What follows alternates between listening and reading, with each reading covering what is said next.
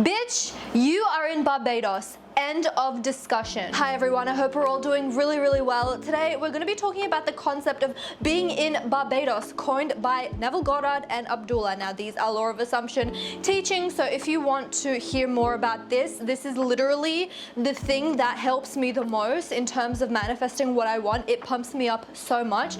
I'm sure that we all know the concept of you are in Barbados, and I'm going to be talking about how I implement it practically in my life every single day. So if you want to learn about that, keep on watching. Before I get into it, you are more than welcome to subscribe. On this channel I talk about all things self-development, so if that sounds good to you, I would love to have you here. So really quickly, what is the concept of being in Barbados? Basically in 1933, life was really hard in New York City where Neville was living, and he wanted to travel to Barbados where all of his family resided, and he didn't have any money or the means to get to Barbados, and his teacher Abdullah was helping him around that time manifest all the things that he wanted and just teaching him about the law of assumption. And so he came to Abdullah and said, I really want to get to Barbados, but I don't have the means of getting there, and I really need to get there as soon as possible. And Abdullah was like, what do you mean? You are in Barbados. Like, what are you even talking about? And he would consistently repeat that to him until Neville was like, I literally don't know what this man is talking about. Like, I'm just going to go and like mind my own business. But you know, he really could not figure out how to get to Barbados. So he kept on coming to Abdullah, and Abdullah would keep on telling him, you are in Barbados, got first class tickets to Barbados. So specifically, Abdullah said, once you go to sleep tonight, picture yourself living, breathing, walking on the streets of Barbados. And this was really strange to Neville because New York City and Barbados are completely different things. But he did as he was told, and he went to sleep in the assumption that he is now in Barbados. A month passed and nothing happened, and so he went to Abdullah again and he was like, what the hell, man, nothing is going on. I am not in Barbados. Like, I don't know what else to do. And Abdullah said, basically, you're a fool, you are in Barbados. How can you speak about not being in Barbados when you are in Barbados? He kept on coming to Abdullah and bugging him, and Abdullah would constantly slam the door in his face every time Neville came to him speaking about Barbados, because he was already in Barbados. And it finally clicked for Neville, and he was like, you know what, I'm not going to talk about being in Barbados. I'm not going to be dreaming about Barbados. I am literally living my life normally because I'm living it in Barbados, so I don't need to think about it or talk about it anymore because I'm literally in Barbados. He went into the state. Literally, since that clicked for him, in 48 hours he got a letter from his brother, not requesting but commanding him to get to Barbados right now. His brother also attached for him a $50 note in which he could get to Barbados. Remember, we're in 1933 in the Depression. You know, inflation has not become a thing yet. So he went to a shipping company and they said that yes, we have space for you on this day, which was like a couple of days after he was at the shipping company. And Neville was like, oh my god, my manifestation works. Hell yeah, I'm going to Barbados. So he came to Abdullah and he was like, guess what? I am going to Barbados. And Abdullah is like, first class, yeah? And Neville's like, no, like I got $50 from my brother. Isn't that amazing? Like, isn't that incredible? And Abdullah's like, who told you you're going economy? Like, you're going first class. Like, I told you, you are going first class. No ifs, ands or buts, you're going first class. And Neville was so confused. He was like, what the hell is going on? So the day came for him to ship off to Barbados, and when he presented his ticket to the officer said, great news, there was a cancellation and you're actually going first class. And Neville Goddard was like, okay. Like, I absolutely love that story. I love everything to do with Abdullah, and I wish there was more readings on Abdullah, but this is the one that I always come to for inspiration. I want to repeat this quote again because it's so important. Who told you you are going to Barbados? You are in Barbados. You cannot think of ways to go to Barbados if you are in Barbados. So after that moment in Neville's lectures, he would always say a quote under the same lines and connotation as this Barbados story. And it's, you are already which you want to be, and your refusal to believe it is why you are not seeing it. So for that amount of time where he was refusing to see that he was already in Barbados, he was trying to get to Barbados. He was doing all of these affirmations and all of these different things, running to Barbados, when he could have just jumped into the state of him already being there, because he was. So after multiple times of Abdullah slamming the door on Neville's face, he understood that, you know, I'm not affirming I'm going to Barbados. I'm not going to sleep thinking I am going to Barbados. I am literally falling asleep in my New York bed. I'm falling asleep in my Barbados bed because I'm in Barbados. What do you mean? So Neville did this for 9 days, and on the 9th day, he was going to Barbados in first class. Mind you, he was doing this for months, but only after him being conscious of being in Barbados right now is when it started happening for him in days. In 48 hours, he got the letter, and then he was physically getting to Barbados in first class in 9 days. Like, crazy. This book literally was shipped to me today, and I'm so excited to read this. And literally right before I was filming this video, I started reading it, and it's literally 10 books of Neville's works. And so the first one is At Your Command, and literally him speaking and introducing the concept of consciousness is exactly what the Barbados story is all about. If you are dissatisfied with your present expression in life, the only way to change it is to take your attention away from that which seems so real to you and rise in consciousness to that which you desire to be. You cannot serve two masters. Therefore, to take your attention from one state of consciousness and place it upon another is to die to one and to live in another. So decreeing, it's not affirming. Decreeing is rising in consciousness to the naturalness of being the thing desired. Being it already, and it being so natural to you right now. If I be lifted up in consciousness to the naturalness of the thing desired, I will draw the manifestation of that desire unto me. Neville Goddard was living in the Great Depression in 1933. He did not have a penny to his name. He wasn't working a conventional job. He was a dancer. He would dance for meals. Yet he wasn't thinking about how am I gonna go to Barbados. He just was in Barbados and he went first class. So that's exactly what happened. Even though he didn't have any money. He didn't even have a job. He was literally in the Great Depression. See, his reality had to reflect what he was in the state of consciousness of. You are not your circumstances right now. At any point in time, any moment of your life, you can switch into your state that you want to be in. You want $1 million, you are the person that has $100 million in their bank account right now. You are in that state. Reality has to inevitably switch into that reality. Right now, in this moment, is the moment where you have everything that you want right now, but you have to get into that state. You are not trying to be it or have it or be with it. You already have it. You already are it. You already have that thing or that person that you want, but you don't want them because you have them. Literally, regardless of what you see in front of you. You are in Barbados right now. When I was living in Sydney, Australia, and I was wanting to move to New York, I put it on such a high pedestal, and I was looking at it as this prize, as this big thing that I was going to accomplish, and it took me 2 years to get it. But if I was just going to bed every single night with the assumption that I am going into my New York bed in New York, then it would have come so much faster for me.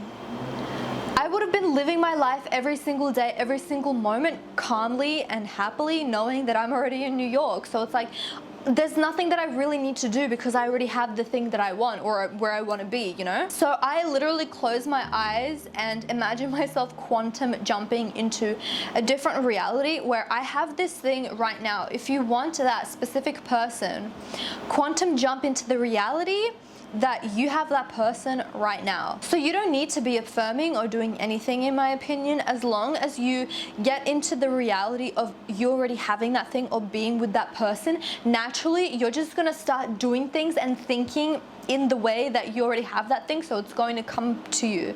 It's just naturally going to conform. You don't have to start, affirming. Even if you start having negative thoughts, just shift yourself into the state instead of, reaffirming and shifting your mind and your thoughts. Just go into that reality where you have it Keep doing that. Bookmark your days. In the morning for 5 minutes, keep jumping into that reality. At nighttime, sleep into that reality. Bookmark your days, that's perfect. And whenever you have time during the day, just know that you are in Barbados right now. Just know that your boyfriend is your boyfriend right now and you have a rock solid, happy relationship. You have the money right now, you have the career right now, you have the friendships right now. So it's like, what do I need to worry about? It doesn't make sense to me. It doesn't make sense to me why I want to keep checking if this person saw my story, or if I have this amount of notifications on my phone to show me that, you know, I have this many amount of subscribers. Why would I need to if I'm already in this reality? And that's as easy as it is, guys. I hope that this inspired you. The Barbados story, no matter how many times I read it and read those powerful Abdullah quotes, no matter how many times I read them, they never fail to inspire me. So I hope that it inspired you. And I'll see you in the next video, guys. Bye. It was 1933. If you remember, there was a frightful depression on in our country. Millions were unemployed. In New York City, you would go through the tunnel into Gimbels from, say, the square where Gimbels begins. It goes all the way through to the Holland Tunnel. They were sleeping with the permission of the mayor.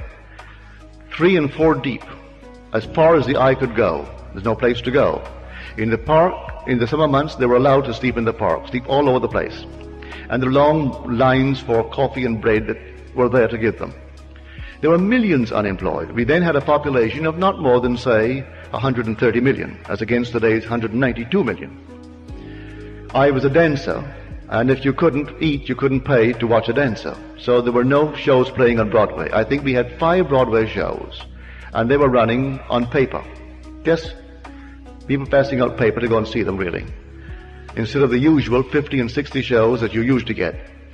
Well, what I'm getting at, I didn't have a job, I had no money, and I was living in a basement on 75th Street, and he lived on 72nd Street, in a very lovely home that was owned by Morgenthau, whose son was then the treasury of our country, a cabinet member, but his father owned this house. But he didn't live there, and he rented the first floor to my friend Abdullah.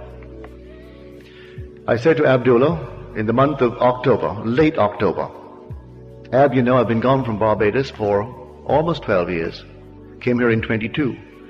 And it's almost 12 years, I've never had a desire to go back. But now I have a hungry desire, a haunting desire to go to Barbados. Not a thing stops me but the lack of money. I have no money. He said to me, you are in Barbados. I said, I'm in Barbados? He said, yes, you are now in Barbados. And so you see Barbados, and you see America from Barbados, and you can smell the tropical land of Barbados, see only the little homes of Barbados, and that's all you do. You just simply sleep this night in Barbados. Well, I thought him insane, really. I mean, at the moment, it seemed so stupid, because 72nd Street, we still had 50 and 60-story buildings. And little Barbados was a little 3-story building, almost the tallest that you'd find, and narrow little streets and no sidewalks. And I'm walking on a sidewalk wider than the wide street of Barbados on 72nd Street. Well, nevertheless, that night I slept in Barbados. I assumed that I'm in Barbados, in my mother's home. And then I saw America relative to Barbados, and it wasn't under me that night. It was north of me, about 2,000 miles. Well, the next day, I didn't tell him anything. About a week later, when nothing happened, I thought I would approach him. This time we've moved into November. I said, you know, Ab, there is not a thing has happened. He wouldn't discuss it with me. He turned his back on me and went into his little library and slammed the door. About 3 times I tried to open up the discussion with my friend Ab between that moment when I first talked to him and the end. He would never discuss it. On the basis, how can he discuss with me how I am going to Barbados when I am already in Barbados? That's stupid to discuss how I'm going to go when I am in Barbados. And if I am faithful to my assumption, I can't discuss the how. I'm already there. Well, this went on. On the morning of the 4th day of December, there's no job, no place to go, and the last boat that will get me there my Christmas is going to sail on the 6th. Under my door is a little letter from my brother Victor. And he said, as a family, we were never around the table at Christmas together.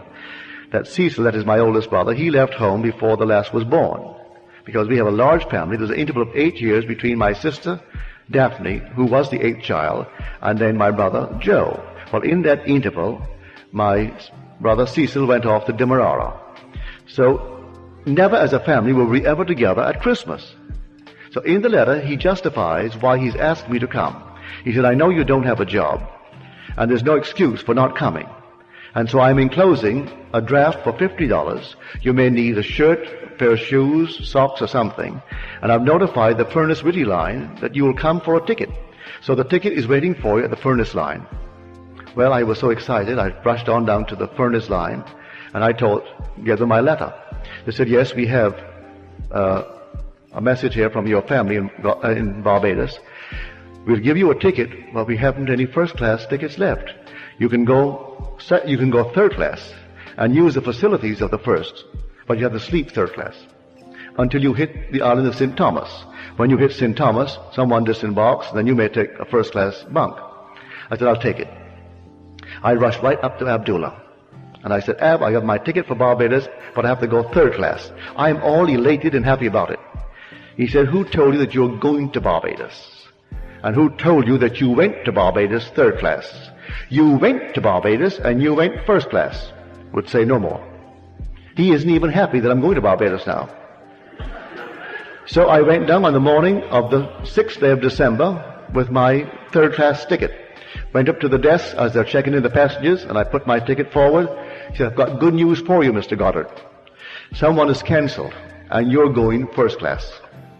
And I went first class, all the way down to Barbados. 10 days down, 10 days back, with 3 heavenly months in Barbados. So all that I did, I tried to the best of my ability with his, I would call almost insolence. He was rude. But he taught me by his rudeness that I cannot discuss how if I am doing what I'm supposed to do. He tells me right away, you are in Barbados.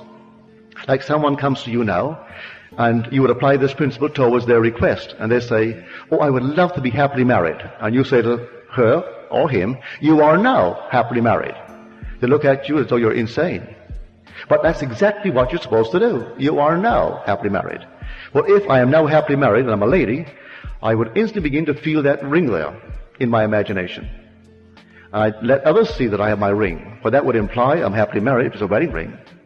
And so if I don't wear it from then on, I'm not doing what I'm supposed to do. So in my imagination, I have to go to bed wearing my ring.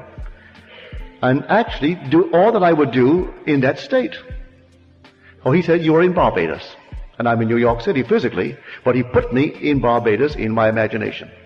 So that I slept in Barbados to the best of my ability.